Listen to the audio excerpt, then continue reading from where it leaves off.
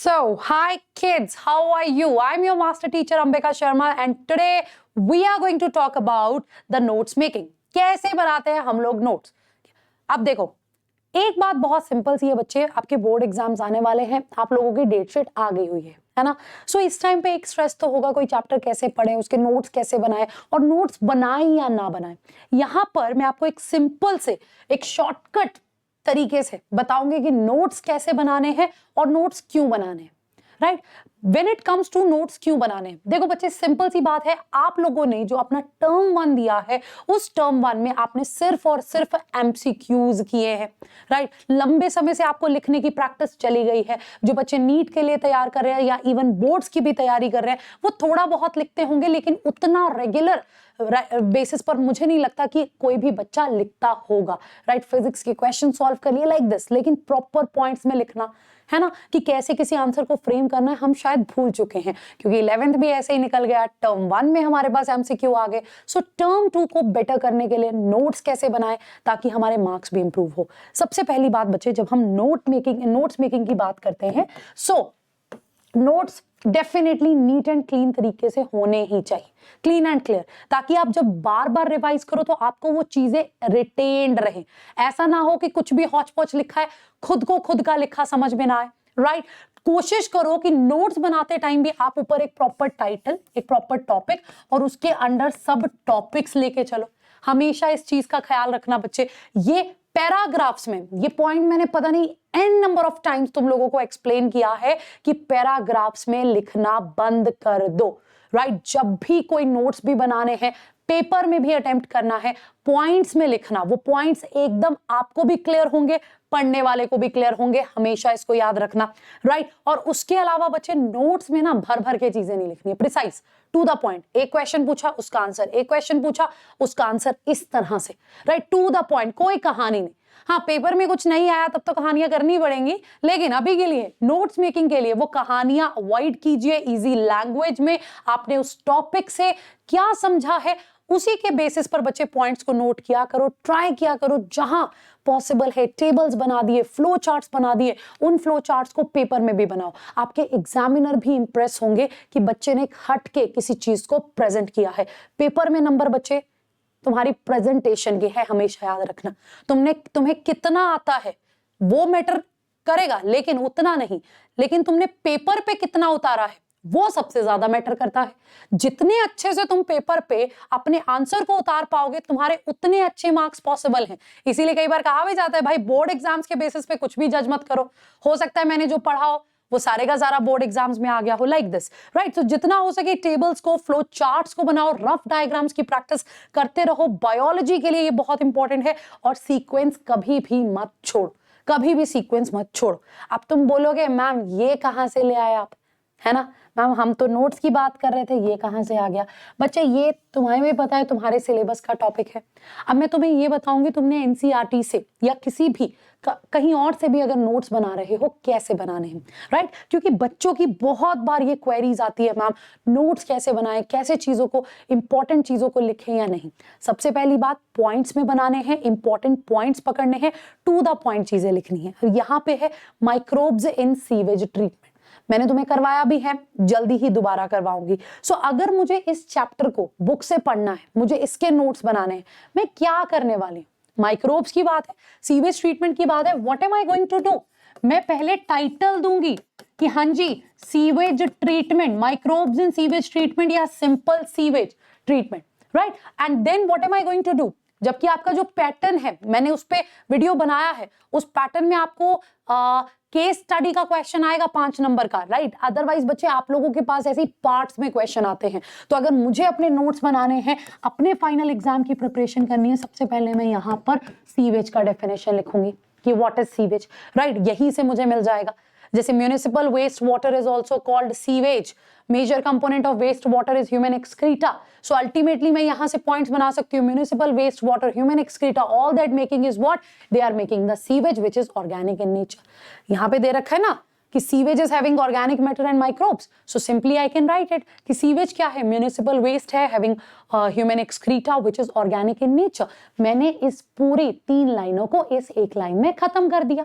समझ में आया? इस एक लाइन में खत्म कर दिया, राइट। उसके अलावा बच्चे हमने क्या करना है उसके बाद, what is the importance of STPs, sewage treatment plants क्यों जरूरी है? क्योंकि अगर डायरेक्टली सीवेज डिस्चार्ज किया बीओडी बढ़ेगी। लिखो इसे, उतारो पॉइंट्स पे, उतारो, लिखो इसे। फिर बच्चे मैं क्या करने वाली हूं, 2 स्टेजेस, सीवेज डिफाइन कर दिया, एसटीपी की इंपॉर्टेंस लिख दी। जब मुझे ये टॉपिक के नोट्स बनाने हैं अपने फाइनल एग्जाम के लिए, तो मैं उसके बाद क्या लिखूंगी, 2 स्टेजेस, 2 स्टेजेस, राइट। क्या लिखूंगी मैं यहां पर, 2 स्टेजेस लिखूंगी, राइट, 2 स्टेजेस लिखूंगी उस पूरी ट्रीटमेंट की। And the first one is physical treatment, primary treatment, और दूसरा मेरा आ जाएगा सेकेंडरी और बायोलॉजिकल ट्रीटमेंट, और वैसे तीसरी जो हमारी रहती है वो है tertiary treatment. This is how I am going to note down, right. थोड़ी हैंडराइटिंग साफ लिख लेना अभी सब समझाने के लिए। सो बच्चे यहां से भी जरूरी नहीं है कि आपने इस पूरे के पूरे पैराग्राफ को एज सच उतार देना है, ये भी जरूरी नहीं है कि पूरे के पूरे पैराग्राफ को आपने एज सच नहीं, और ना ही ये है कि पॉइंट्स छोड़ने, पॉइंट्स पकड़ने हैं। मैंने ये उठाया, मैंने इसमें लिखा कि इन्होंने 2 चीजें बोली हैं, राइट, और इन्होंने उसमें क्या बोला है कि फिल्ट्रेशन और सेडिमेंटेशन। अब मुझे अपने नोट्स ऐसे चाहिए कि मैं उसे देखूं, मेरे दिमाग में चीज बैठ जाए, मुझे एकदम से याद हो जाए, मेरे को एकदम से रिवीजन हो जाए। सो मैं यहाँ क्या करूंगी, फिजिकल ट्रीटमेंट जहां मैंने लिखा है, मान लो अगर मैं नोट्स बना रही हूँ अपनी बुक में, और नोट्स बनाने इसलिए जरूरी है ताकि आपकी रिटन प्रैक्टिस होती रहे, लिखने की आदत फिर से पड़े। So physical treatment I will write it involve, simply I am going to do that, it involves, right, filtration and sedimentation, simple as that. मुझे ये भी नहीं है कि इसके ऊपर एक रामायण लिखनी है, filtration and sedimentation, and that sediment is known as primary sludge. ये देख लो, यही है फिजिकल रिमूवल है लार्ज और स्मॉल का सीवेज से, फिल्ट्रेशन और सेडिमेंटेशन से। सो स्टेजेस में सबसे पहले फ्लोटिंग डेब्रिस को हटाया सिक्वेंशियल फिल्ट्रेशन से, फिर क्या किया गया, सेडिमेंटेशन होगी। सो यहां जब मैंने फिल्ट्रेशन लिखा, इसके नीचे हम लोग लिख सकते हैं floating debris will be removed and other things, that grit, that sand, it will settle down at base, it is the sediment, it is forming the primary sludge। बस बात खत्म। सो ये जरूरी नहीं है एक एक लाइन एज सच लिखनी है, 2 लाइनों में उन चीजों को कंबाइन करो, या इस तरह से पॉइंट्स के फॉर्मेट में लिखो ताकि आप बार बार रिवाइज कर सको, आपको क्लियरली वो चीज विजिबल हो। सेकेंडरी में भी बच्चे यही चलेगा कि why it is the secondary treatment, because microorganisms are involved in it, right? So फिर उसके स्टेजेस को 1 by 1 लिखो, लिखने का तरीका सुधारो, लिखने का तरीका सुधारो, वो सबसे इंपॉर्टेंट है। प्राइमरी लिखा, अगला टाइटल दो, सेकेंडरी, जैसे कहा ना तुम्हें टाइटल्स देने, टॉपिक, सब topics, also known as biological treatment. So फिर उसको डिफाइन करो, and then here you know the steps कि primary sludge will be passed, right, वहां पे हमें पता है एरेशन टैंक्स में जाएगा, all that processes in the points you guys can write it down।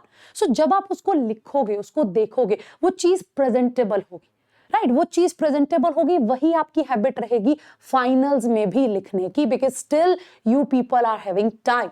मैं एंड में जाके है तुम्हारा बायो का पेपर, आराम से अच्छे नोट्स बना सकते हो, लिखते लिखते प्रैक्टिस कर सकते हो। सो बच्चे नोट्स मेकिंग पे फोकस कीजिए, अच्छे से अपनी तैयारी कीजिए, बोर्ड के एग्जाम्स में अच्छा स्कोर करना भी बहुत जरूरी है। और उसी के लिए हमने, राइट, हम नीट मेट इजी की टीम ने, हम वेदंस ने, हम वेदांतु वालों ने एक कोशिश की है, हम टीचर्स ने तुम्हारे लिए एक कोशिश की है, एक बहुत सॉलिड फाइट की है कि नहीं, हमारे बच्चों के लिए इस क्रैश कोर्स को, राइट, ये जो क्लास 12th का टर्म 2 के लिए क्रैश कोर्स है, जो आप सिर्फ और सिर्फ कितने रुपए में है, 1000 रुपए में, डिस्क्रिप्शन बॉक्स में लिंक दे रखा है बच्चे।